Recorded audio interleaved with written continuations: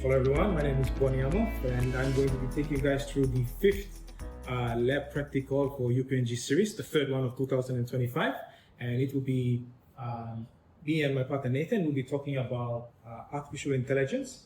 I'll be starting off by taking you guys from perceptrons to transformers. The main goal of this particular presentation is to lead you guys to understand transformers. And I'm going to start by going through the full history of artificial intelligence until we get to transformers. So I'll go through the history, explain how the neural works, and then come to transformers, and then I'll talk a bit about where we are right now. So first, just early timeline. For those of you who are already here, we sort of went through this timeline already in the video. So it starts with the rule-based era, when that's basically just like if-then statements. It's not very complicated. And then eventually there's the birth of this thing called a perceptron. So that's like the first part of artificial intelligence that actually learns. And so I'll explain a bit about how it learns and all of that when we come to it. And then there was like nothing being involved until later on they learned how to pile perceptrons onto each other and make multiple layers of perceptrons. And then that's like neural networks. And then there was some limitations for that too until eventually they came up with this CNN vision era. So that's when they started to be able to use perceptrons to like recognize handwritings and stuff like that, some more complicated image sets. And then from there it comes to the more recent things. So in 2007, there was this hardware improvement by this company called NVIDIA. They normally make graphics processing units for video games, but you can also use those same computing monomers to process like language models. And then thanks to that, 5 years later, AlexNet was released, which was like this very complicated CNN.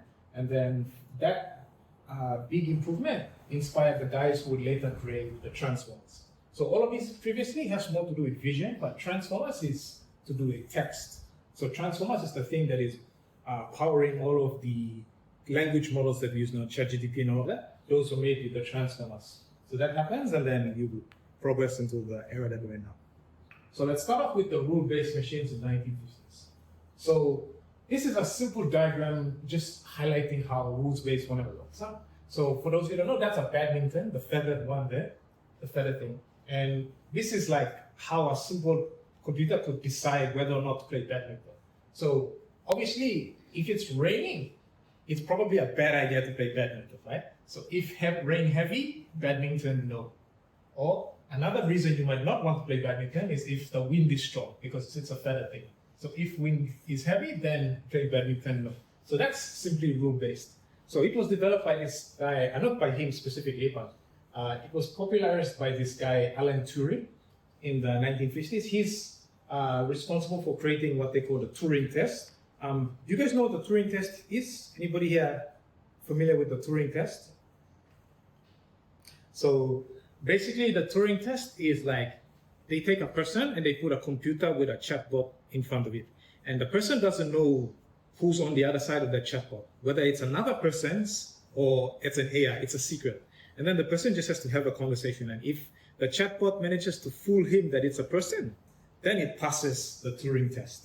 So that's the Turing test. So he comes up with the Turing test and he also writes a scientific paper about it. And then that sort of kickstarts the rule-based era. Prior to him, it's like people would talk about AI, but there was no like scientific papers about it. But he wrote the first real paper. And he got that from his experiences during World War II, when he built this machine to crack the Germans' cipher, this German enigmatic cipher. It's like this special decoding thing that every day it changes. So if you're trying to decode the Germans' messages every day, you have to constantly change your one of them. But he built a machine that automatically would detect the code and adapt it. But it wasn't intelligent, it just got some rules. And he's a very smart guy, mathematician, and he was somehow able to do that. But the first real learning machine, the first real thing that actually learns that came along is this thing called Perceptron. And they call this era the connectionist era because perceptrons were modeled after, can you guys recognize this? What is this? It's a dendrite cell. This is specifically, there's any biology students here? Or if you're a biology student, you'd recognize that this is a neuron from your brain. So this guy here, Frank, he basically, maybe he read a biology paper and he saw how the brain cells work and he modeled the perceptron after it. So this is like, it takes in inputs it processes it in the cell body, and it passes out information.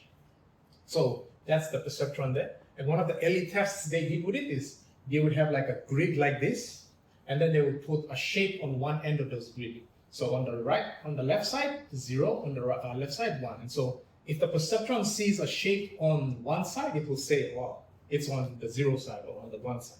And it will just give a 0 out. But let's go deeper now, and let me actually explain to you how the perceptron works, so you can actually grasp it. So this is the diagrams that I was showing earlier. This is a perceptron. So it's dendrites collect the information, they bring it to the cell body processes it, and it passes it on to the next neuron. So in a perceptron, this is like the dendrites. But notice, it doesn't just have inputs, it has weights as well. That term too, you would have seen it in the video. So why not just inputs? Why do you also have to consider weights? Just think of it this way. When I'm trying to make a decision to go somewhere and do something, I have to consider certain factors, certain inputs, right? But then some factors might be more important than the others. So that's why you add a weight to it. The factors that are more important get a higher weight. The factors that are less important get a smaller weight. So that's why you don't just have inputs, but you also have weights. So the inputs and weights come in, and then this is where the decision making takes place. So this function here, this explains how the decisions are made. So the x1 is the input, w1 is the weight, x2 is this one, w2 is that. So you have to consider all of the factors and all of their independent weights to make a decision up. But then there's also, you don't just like make a decision. There's also like let's say a reason not to, a resistance. In the biological cells, in the brain cells, they call that like threshold. In order for the cell to fire, the impulse has to beat that threshold and then it will fire. So in the perceptron, they call that the bias. So in other words, your decisions have to overcome a certain, like if you want to go out but then you feel skin dye, you have to beat that skin dye feeling and then you go out. So that skin dye feeling, that's the bias. So the weights come in, they have to add up, they have to beat the bias. The bias is usually a negative number. So bias counters it. And then at the end of it, you take the sum and then you decide. This is the activation function. This is the deciding function. It's another way to think of it.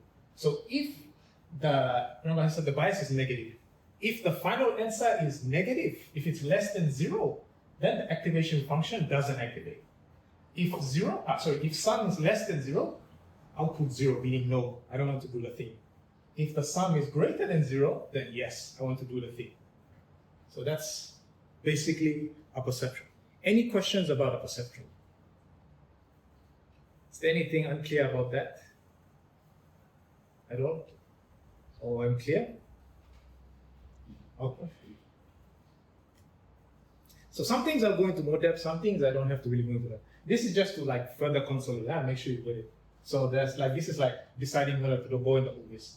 The factors are weather, company, proximity. The weather, you see it has a higher weight. So when you come to making the decision from the -5, that's the bias, -5. So when you come to making the decision, you see, the math is there already in the bottom. So like for the yes, it's like the weather in this first example, it's 1, meaning that yes, the weather is good. So 1 times 4. And then the company, yes, he has company, 1 times 2. Proximity, nothing. So 1 times 4 plus 1 times 2 equals 4 plus 2 equals 6. 6 minus 5, 1. Since it's higher than 0, I'll put 1, it activates, yes. And in here, this is no. This is an example of a no. So here, the weather is bad. Even though it has company and proximity, when you do the math, 1 times 2, 2, 1 times 2, 2, 2 plus 2, 4. 4 minus 5 is -1. So because -1 is less than 0, the output is 0. Okay, I won't go too deep into this one, but this is basically telling you what makes a perceptron intelligent.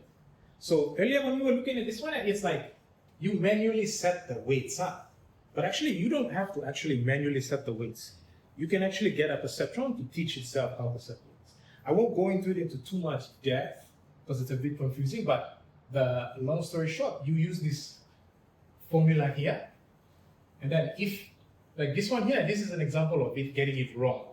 So what they would do is they would give it a labeled answer where they know what the answer is, and they would ask it to guess. Every time it gets it wrong, they would feed it into this formula. And so this like calculate, this is the weight. Okay, this one, let's keep this n. This one, this is the true answer, the 1. And if it gets it wrong, the 0 here, this will go here. So those two will be compared here. And then you multiply it by this, what's called a learning rate, and then multiply it by the input rate. So long story short, it's kind of complicated, but long story short, when you do the math with this, it will end up adjusting the weight, and it'll give you a new weight. So the new weight will let you, the next time you run it in again, the new weight has been adjusted now. Now you didn't decide what that new weight was. The math decided what the new weight was. So that's why they say it's self-learning. You didn't manually set the weight. You told it that it was wrong, and then when you told it that it was wrong, it went back and figured out what the right answer is using this math equation. So that's the takeaway really that you have to get away from this. So this is just to explain that this particular slide, just to explain that if value perceptrons can't solve very complicated problems, I'll just show you guys this one and kind of highlight it. This is a very example of a very simple problem. All of the answers can be fit on one side, and all the positive answers, yes answers can be fit on one side, all of the no answers can be comfortably fit on one side. But then in life, you know that there are sometimes when you make a graph, they don't fit nicely on a problem. Like maybe you're collecting some statistics on something and you graph it, it doesn't fit nicely on a line. So problems like that, if you ask a perceptron to guess, should I do this or should I do that, it can't really figure it out. So it's kind of complicated, so I won't go too deep into that, but at least you get the main idea of the limitation.